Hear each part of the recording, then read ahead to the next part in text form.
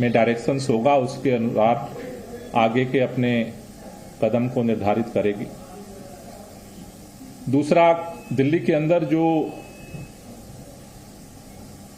Grab 4 के तहत नियम में ट्रकों की पाबंदी है, उसमें कई तरह की शिकायतें आ रही थी कि कई जगहों से ट्रक जो है, जो की एंट्री नहीं है, जो आवश्यक सामग्री या आवश्यक सेवाएं प्रदान करने वाले नहीं है, उनकी भी एंट्री दिल्ली के अंदर हो रही है।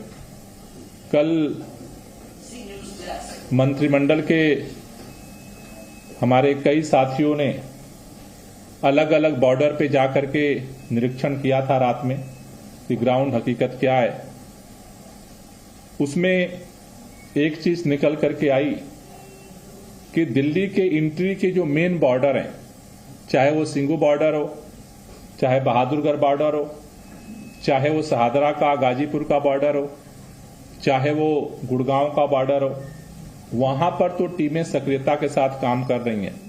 लेकिन इसके अलावा उत्तर प्रदेश हरियाणा से जुड़े हुए और ज्यादा जानकारी के साथ जी मीडिया संवाददाता बलराम पांडे हमारे साथ जुड़ गए हैं। बलराम, जैसी आशंकाएं जताई जा रही थी कि ऑड इवन शायद अब लागू नहीं करेगी दिल्ली सरकार, क्योंकि बारिश के बाद थोड़ी राहत प्रदूषण में मिली है, तो वही स्थितियां नजर आ रही हैं अब?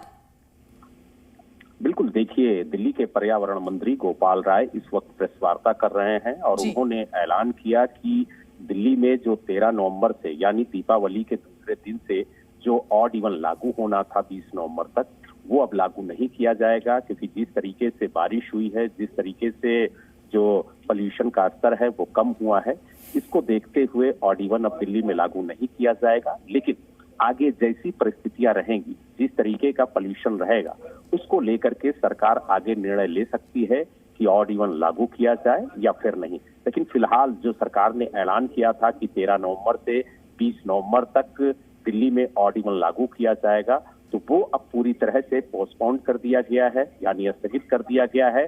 और अब जैसे हालात दिल्ली में आगे रहेंगे, उसके आधार पर सरकार फैसला लेगी कि ऑड इवन लागू किया जाए या ना लागू किया जाए। क्योंकि दिल्ली सरकार ने आज सुप्रीम कोर्ट में ऑड इवन को लेकर के एक एफिडेविट दाखिल किया और उसमें बताया कि किस तरीके से दिल्ली में ऑड इवन जब लागू किया गया था तो उसके फायदे हुए। हालांकि पहले सुप्रीम कोर्ट ने ऑड इवन को लेकर के टिप्पणी भी की थी कि ये अवैज्ञानिक है और इसका तकनीकी पहलू कोई नहीं है जिससे ये कहा जा सके कि ऑड इवन लागू करने से पोल्यूशन का जो स्तर है वो कम होगा। और शायद यही वजह है कि दिल्ली सरकार ने एफिडेविट दाखिल किया और कुछ रिपोर्ट्स थी वो भी कोर्ट के सामने पेश की और बताया कि किस तरीके से ऑड इवन के जरिए फायदा हुआ है और जो पोल्यूशन का स्तर है उसमें कमी आई, जो ट्रैफिक था उसमें कमी आई और किस तरीके से रेवेन्यू वसूला गया, ये भी बताया।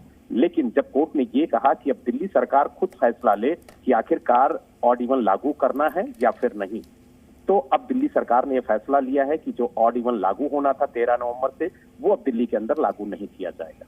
जी, शुक्रिया बलराम, जानकारी पहुंचाने के लिए। एक बार हम अपने दर्शकों को बता देते हैं कि गोपाल राय ने क्या कुछ कहा आज।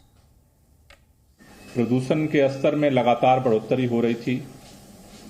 दिल्ली में प्रदूषण की स्थिति सीवियर प्लस कैटेगरी तक पहुंच गई थी।